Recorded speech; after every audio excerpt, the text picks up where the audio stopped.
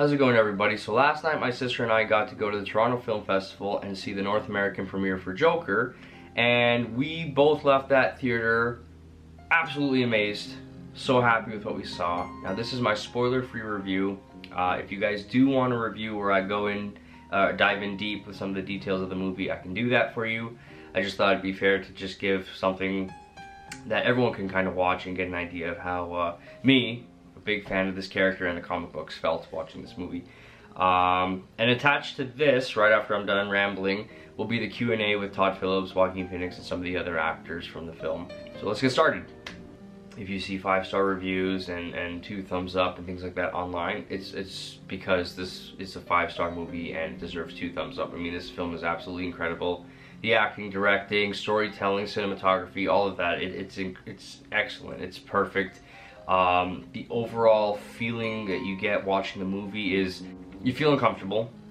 There's many parts of the film you feel uncomfortable. You also feel bad for the character of the Joker in a weird way because he's doing a lot of sadistic things that are wrong, but you see what drives him to doing those things. And then when he starts getting enjoyment out of doing those wrong things, it's like, okay, but was it his mental illness that merged him into this, or was it the way society treated people like him?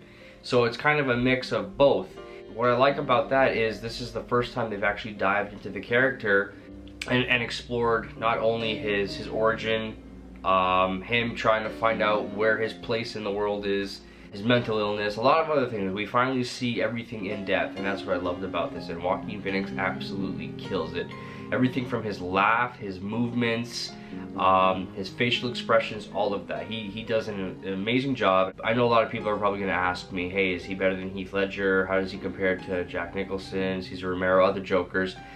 They're all individuals who did their own thing with this character, and they've all done something beautiful. I think a lot of people are going to be really shocked and impressed with this version of the Joker. I don't think any actor really goes into this with the idea of being better than another actor. So Joaquin Phoenix did his own thing with this, so you'll have to see for yourself. I don't want to give too much away in that sense, but they dive into the character like we've never seen before, and he does a lot of things and says a lot of things and acts a way we've never seen on screen. So you guys, you're gonna have to be patient, but it was amazing. One thing that really stands out in this film is the laugh, and everyone always asks, okay, can this person do the Joker laugh? And this is a different kind of laugh. It's more of a pain-filled laugh, and you can see throughout the movie that when he's laughing, he is in pain. It's like uncontrollable, and that really plays a big part of the story, so I won't talk too much about that. But I was really impressed with it. It kind of sends shivers down your spine. Very cliche thing to say, but it's true. It makes you feel very unsettled and uncomfortable how this character turned from what we saw him in the beginning of the film to the end of the film. Like that transition is absolutely amazing. Todd Phillips did an incredible job of just capturing every moment of this character's merge into just total chaos. And that's the thing. When they said Todd Phillips is doing this film, I was like, okay. He's done the Hangover films and a few other films that I like, and they're all comedies for the most part, as far as I can remember. So I was like, okay, this will be interesting. They said that sometimes comedians and people who do comedy usually write the most messed up stories. So Todd Phillips, I was very confident when they said that he was going to be doing this film. In a messed up way, I guess you could say the Joker is actually a comedian, because he thinks the things he's doing, the way he flips society upside down, he thinks that's funny. So to him, that is comedy. To the Joker's character, that is, being an entertainer. And that is the whole purpose of his character. Arthur Fleck in this, the Joker, his whole story basically comes from him trying to find his place in society, and he finally finds it at the end of the movie, and it's great. I don't want to give too much away, so that is my spoiler-free review. But for now, please enjoy the cast Q&A. And Joker comes out, I believe, October 4th. So I will be there to see it again, because this movie was absolutely amazing. Most of us in one generation or another grew up with a version of this supervillain. Where do you start in reinventing it? What are the building blocks of this version? Well, what's great about the character is, even if you read the comic books, I think in The Killing Joke he says, I prefer my past to be multiple choice. What's great about the Joker is that A, he's an unreliable narrator, and B, he really has no origin story.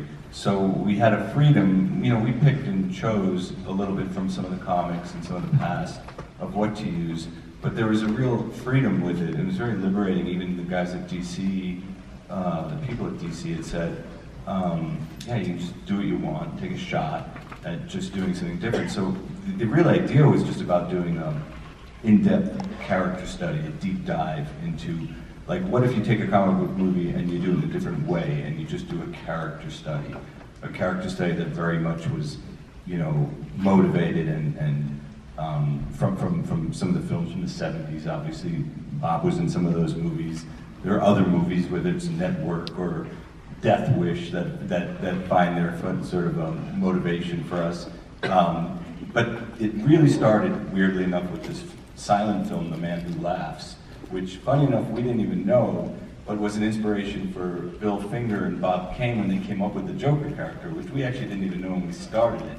So it all started from there, and then we kind of were backwards engineering. How do you make a movie about a guy in, you know, white face and green hair, and run it through as realistic a lens as possible? Well, we don't believe that if you fall into a vat of acid, you get white face and green hair. So everything was like, let's run it through as realistic a lens as possible. And it was actually a really fun movie to write. I wrote it with Scott Silver, who's not here tonight, but in that we had no rules. I can't imagine this Joker played by anybody else but Joaquin Phoenix. I wonder.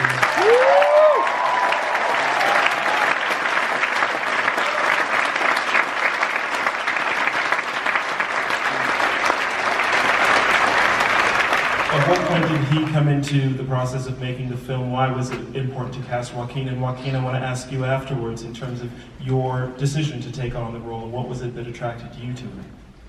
Well, when I went to Scott Silver with the nugget of the idea, like, hey, do you want to write this with me? This is what it's going to be. This is what I'm thinking. I said I want to write it for Joaquin Phoenix. I didn't know Joaquin at all. I, like everybody here, knew and loved his work. And I just thought, man, for me as a writer, forget as a director, as a writer, it always helps me to write with an actor in mind. Whether we end up getting that actor or not is another story, but it just helps. And so we just really started writing it for Joaquin, and then getting Joaquin was a whole nother thing.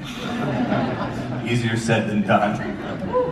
But you did it. We did it, he's here. I always said, he never really signed on to the movie. One day he just showed up at a wardrobe fitting. Joaquin, what was it about this role that attracted you?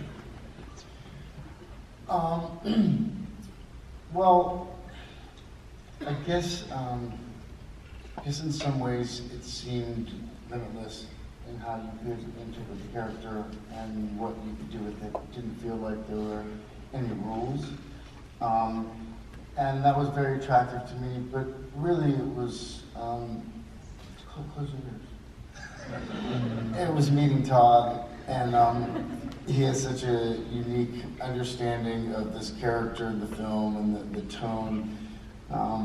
It was just really attractive. I mean, honestly, it wasn't an easy decision at first, but I knew that I really liked Todd and I wanted to work with him. And yeah, I think that, honestly, I didn't fucking know. I didn't. But then there was something that was drawing me towards it, and it just evolved as we worked together and we prepped. It started becoming something more than I could have anticipated, and it was one of the greatest experiences of my career. And it, I think, gave us back so much. Like every day, whatever we put into it, it was just so energizing and exciting and inspiring. Was there anything that changed once you were on board and you began to work together in rehearsals or in just new drafts of the scripts that Joaquin brought to it? I mean, Joaquin, Zazie, by everybody. I mean, one of the things coming from comedy is, you know, I always describe comedy as, well, the way I do it, it's jazz, not math, comedy. But it's actually how I make movies. It's not written in stone. There's a very loose atmosphere. And I love feedback from actors, and somebody on the crew can have a great idea, and we keep it open. So much changed from when I was going up to his house, basically begging him to do the movie, not begging, but like having these meetings and talking about the movie for months. I bet. No, I didn't bet. At one point, I go, so like I keep coming up here every day, and like at some point, you gotta just say, are you in or out? He's like, that's not how I do it. That's not how I work. And then, like, after we were shooting, you said, you're welcome. I did, yeah. He goes, what do you want me to say? I said, how about thank you for bringing me this? Well, I'm talking about when we were meeting to do it, but I was kidding. But anyway, we keep it really loose, and I think it helps energize the actors. It helps, it informs me in a way. I mean, I think we changed it every day. I was saying, we did a thing with Zazie the other day, and I was saying, I don't think we changed any part more than Zazie. And we would meet in my trailer before we would shoot that night or day, and the three of us would kind of like take apart what we're going to do and kind of redo it. And there's something about, I think, that looseness for this movie that really worked. Zazie, could you talk a little bit about what you brought to the role and how you might have helped it evolve, your role? I think my role started evolving because I think Arthur Fleck started evolving, and I think we were kind of maneuvering my place and sort of the motivations of Arthur and what catalyzes his decisions and his sort of emotional arc throughout the film, and we were placing me in there. And sort of as Todd was saying, it was sort of a very creatively loose and open set, and so there was room for movement, and also you guys shot kind of incredibly quickly, so there was like room to add scenes and to try scenes again in different ways, which is great to have that flexibility. And so honestly, like, you know, you inviting me to that trailer, I felt really included and like I was a part of telling the story in a way that I don't usually feel on a set. And yeah, I think I just kind of I went with the flow and threw in my thoughts. Robert, I have a question for you as well, because you're not just a character, you're not just playing a character who's, you know, interacting with Arthur's character, but your previous films, Taxi Driver and King of Comedy, are also a layer that's in conversation with this film. What was it like to be on set, to be making this movie, not just playing that role, but knowing that your previous roles are also a part of the fabric here?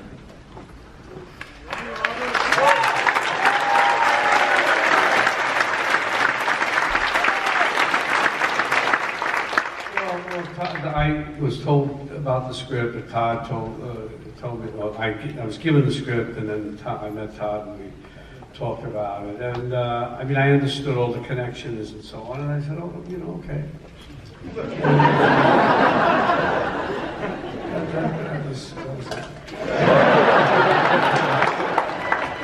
was it.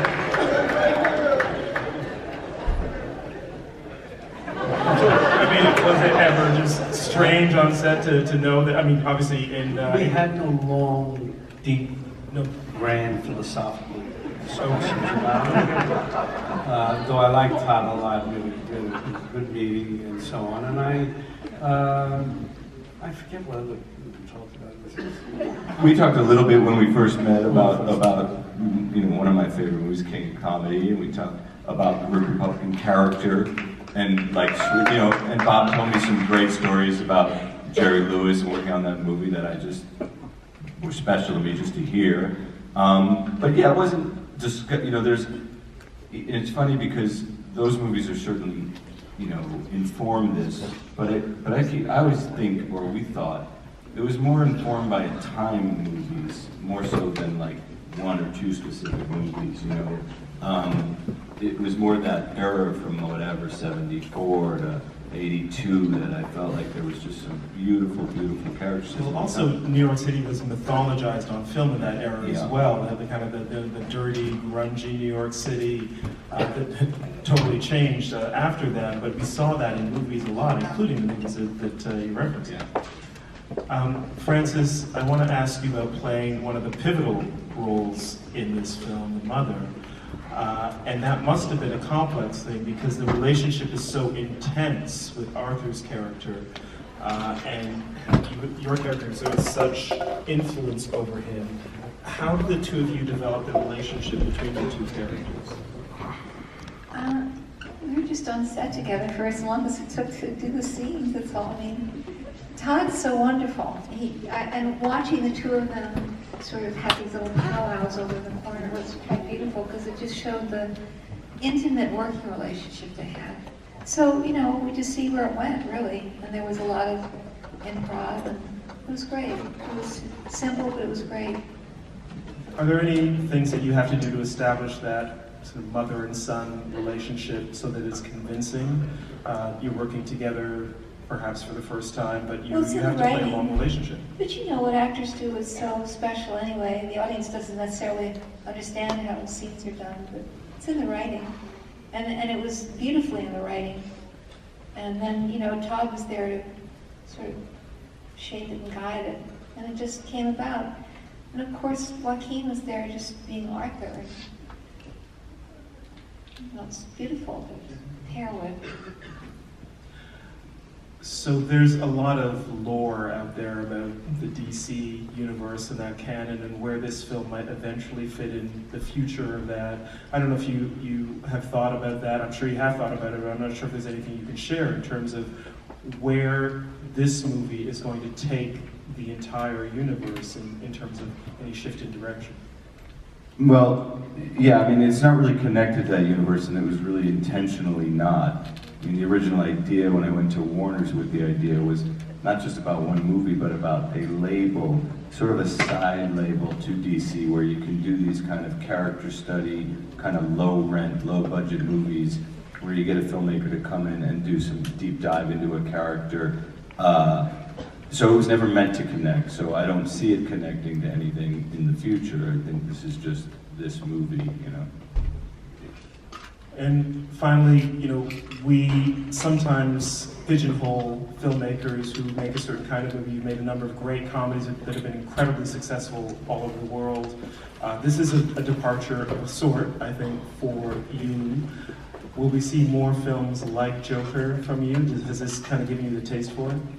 I mean, I like working with just great actors. I think it's the thing for a director. Joaquin wants to know. I would do anything with him. I want him to be in Hangover 4. I mean, no, but for me, it's always about the opportunity to work with great actors. And when I find great actors, I just want to work with them again and again. I mean, we made 3 Hangover movies, not because we're cashing in. Literally, we loved making those movies. The experience with me and Bradley and Ed and Zach we just became this crew, and we were excited to just do it every other year together. We couldn't believe we got the opportunity. So for me, it's always been about something interesting where you can get a great actor and just get into it, you know. So I'm not sure where it'll go, but yeah, I've never been a fan of pigeonholing people, and I hate when it's been done to me, like, well, why does the guy from The Hangover get to do this? But yeah, we'll see. I'm not sure. Now you can do whatever you want. No, we did not. We are going to have to wrap it there, unfortunately, but I just want to ask you to please join me in thanking the incredible team. Thank you.